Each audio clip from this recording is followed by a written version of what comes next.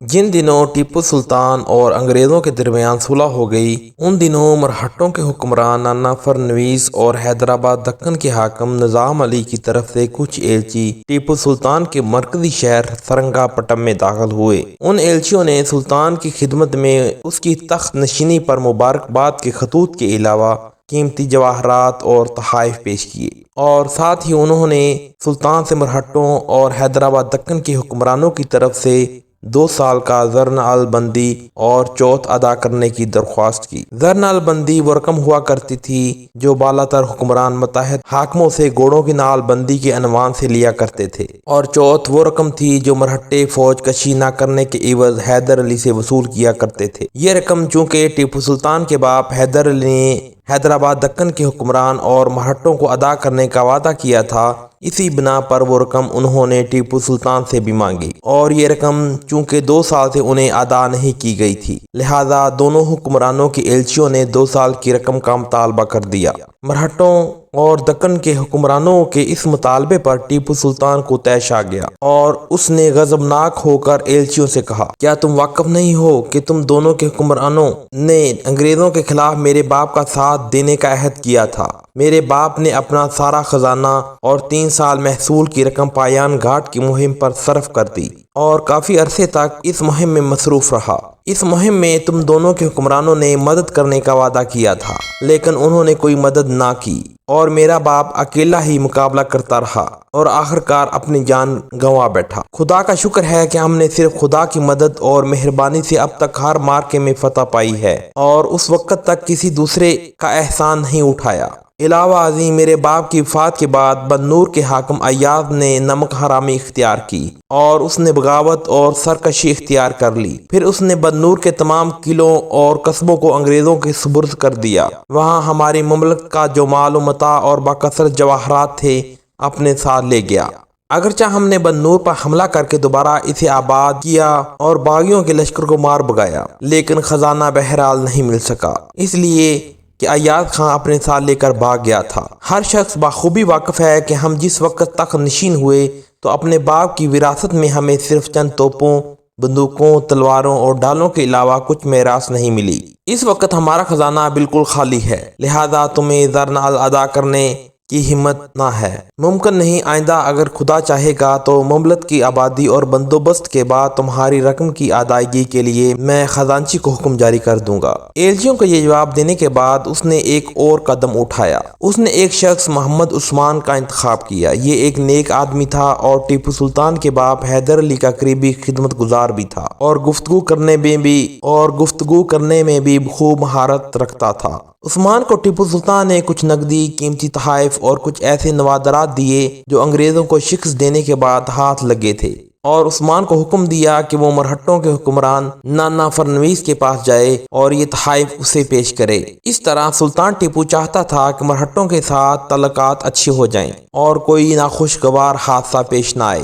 سلطان کے ایلچی محمد عثمان نے مرہٹوں کے حکمران نانا فرنویس کی خدمت میں حاضر ہو کر اسے ٹیپو سلطان کے عطیے اور تحائف پیش کیے۔ مرہٹوں نے اس پیشکش کو قبول نہیں کیا، کیونکہ سلطان نے ان کے سفارتکاروں کو جو دندان شکست جواب دیا تھا کہ ہم اپنی میراث میں چند توپیں اور بندوقیں رکھتے ہیں، وہ اب تک ان کے دل میں کانٹا بن کر کھٹک رہا تھا۔ ویسے بھی مرہٹے ٹیپو سلطان پر حملہ آور ہونے کے لیے بہانہ ڈھونڈ رہے تھے، لیکن وہ یہ کام اکیلے نہیں کرنا چاہتے تھے۔ اس سلسلے میں انہوں نے حیدرآباد دکن کے مسلمان حکمران نظام علی سے مشورہ کیا۔ ٹیپو سلطان کے ایلچی کو واپس بھیجنے کے بعد مرہٹوں نے نظام علی سے ایلچیوں کے ذریعے گفتگو کی، اور دونوں حکومتیں اس بات پر متفق ہو گئیں کہ مل کر ٹیپو سلطان پر حملہ کر دیا جائے۔ یہ معاملہ طے ہونے کے بعد مرہٹوں نے ایک بہت بڑا لشکر تیار کیا۔ ادھر حیدرآباد دکن کے حکمران نظام علی نے بھی حسب وعدہ لشکر تیار کیا۔ کہتے ہیں کہ نظام علی جو لشکر لے کر نکلا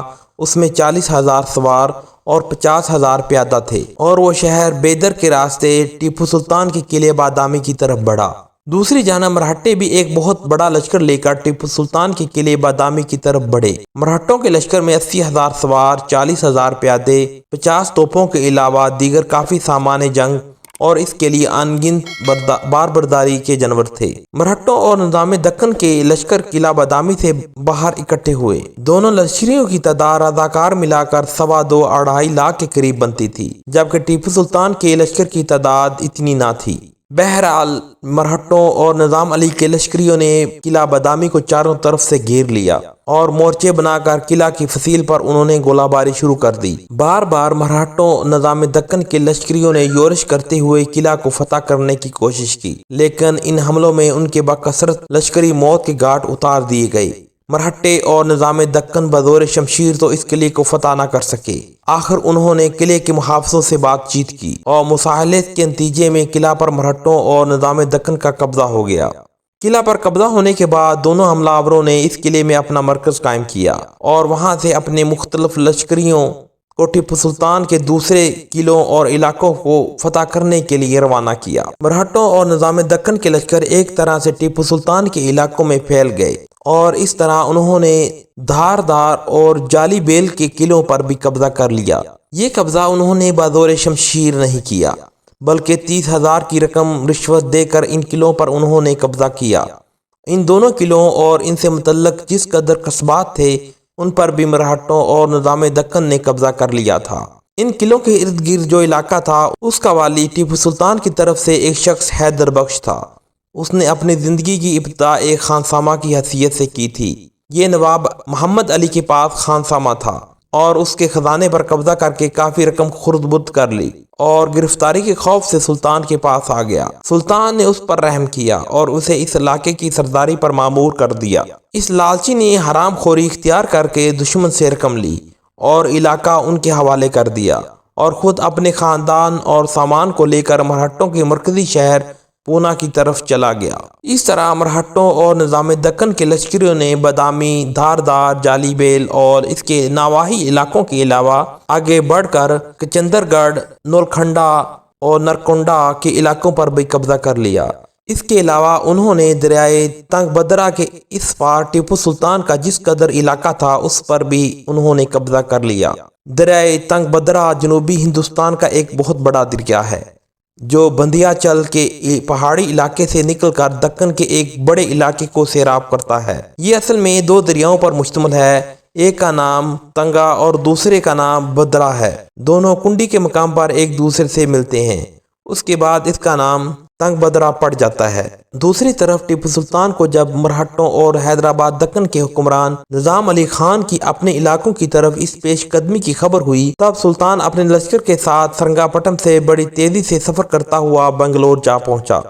وہاں اس نے ایک دن قیام کیا اور اس قیام کے دوران اس نے اپنے چھوٹے بڑے سب والیوں اور حاکموں کے نام پیغام بھیجا کہ وہ اپنے اپنے لشکر مرہٹوں اور نظام دکن کا مقابلہ کرنے کے لیے سلطان کی طرف روانہ کر دیں۔ اس طرح مختلف شہروں اور صوبوں سے لشکر سلطان کی طرف روانہ کر دیے گئے۔ اب سلطان بنگلور سے آگے بڑھا۔ اس دوران مختلف سمتوں سے بھی لشکر اس کے ساتھ آ کر ملتے رہے۔ سلطان نے لشکریوں کو ان کے واجبات ادا کیے اور لشکر کو بالا پور قلعہ اور پاؤ گڑھ کے راستے آگے بڑھاتے ہوئے ہکری نام کے ایک ندی کے پاس پہنچا اور وہاں لشکر کے ساتھ پڑاؤ کیا۔ اس جگہ پہنچ کر سلطان نے لشکر کے اندر جو ساز و سامان تھا اس کی حفاظت کے لیے لشکر کا ایک حصہ متعین کیا اور اسے حکم دیا کہ اس کے پیچھے پیچھے آئے اور خود اپنے لشکر کے ساتھ آگے بڑھ کر ادھونی شہر کے باہر پڑاؤ کیا۔ اس وقت ادھونی کا حکمران ایک شخص محابت جنگ تھا جس کی بیوی حیدرآباد دکن کے نواب نظام علی کی لڑکی تھی۔ ادھونی کے قریب آنے کے بعد سلطان ٹیپو کا مقصد یہ تھا کہ ادھونی کے حکمران کی بیوی کیوں کر نظام علی خان لڑکی تھی، لہذا سلطان چاہتا تھا کہ جب وہ ادھونی پر حملہ آور ہوگا تو نظام علی خان کو فکر ہوگی کہ اگر ادھونی پر ٹیپو سلطان نے قبضہ کر لیا تو جنگ میں اس کی لڑکی بھی ماری جائے گی۔ اسی بنا پر اسے فکر لاحق ہو گئی، لہذا ان حالات کو دیکھتے ہوئے وہ ٹیپو سلطان کے خلاف جنگ موقوف کرتے ہوئے مرہٹوں کا ساتھ ترک کر کے واپس حیدرآباد چلا جائے گا۔ سلطان کا لشکر جیسے ہی ادھونی پہنچا، ادھونی کا حکمران محابت جنگ خوف زدہ ہو گیا۔ اپنے وزیر اسد علی خان کو اس نے ٹیپو سلطان کے پاس بھیجا تاکہ بچاؤ کی کوئی صورت نکالی جائے۔ جب وزیر اسد علی خان ٹیپو سلطان کی خدمت میں حاضر ہوا تب سلطان نے اسے مخاطب کیا، ہم تمہارے ساتھ نہ کوئی دلی بغض رکھتے ہیں نہ جانی عداوت، لیکن تمہارے حکمران کے سسر نظام علی نے بے سبب ہماری مخالفت میں مرہٹوں کے ساتھ اتحاد کیا ہے۔ مرہٹوں کے ساتھ مل کر انہوں نے ہمارے علاقوں پر یلغار کر دی ہے، ایسا کر کے نہ اسلامی اخوت کا لحاظ کیا اور نہ مسلمانوں کے نقصان کا۔ مقام حیرت ہے کہ جن علاقوں پر مرہٹے اور نظام علی کے لشکری قابض ہوئے تو دونوں نے مل کر مسلمانوں کے گھروں اور مسجدوں میں اپنے بت بٹھا دیے ہیں۔ لہٰذا اس وقت بہترین مشورہ یہی ہے کہ ہم تم دونوں متحد ہو کر اور آپس میں اتفاق کر کے مرہٹوں اور حیدرآباد دکن کے حکمران نظام علی کے خلاف حرکت میں آ جائیں۔ لہٰذا میں تم لوگوں سے کہتا ہوں کہ ان دونوں قوتوں کے خلاف تم ہمارا ساتھ دو۔ ایسا ہم صرف خدا اور اس کے رسول کی خوشنودی کے لیے کرنا چاہتے ہیں اور خدا کے مخلوق کو امن اور حفاظت مہیا کرنا چاہتے ہیں۔ اگر تم ہمارا ساتھ دو تو ٹھیک، تم ہمارا ساتھ نہ دو گے تب بھی ہمیں یہ فریضہ تو سر انجام دینا ہوگا۔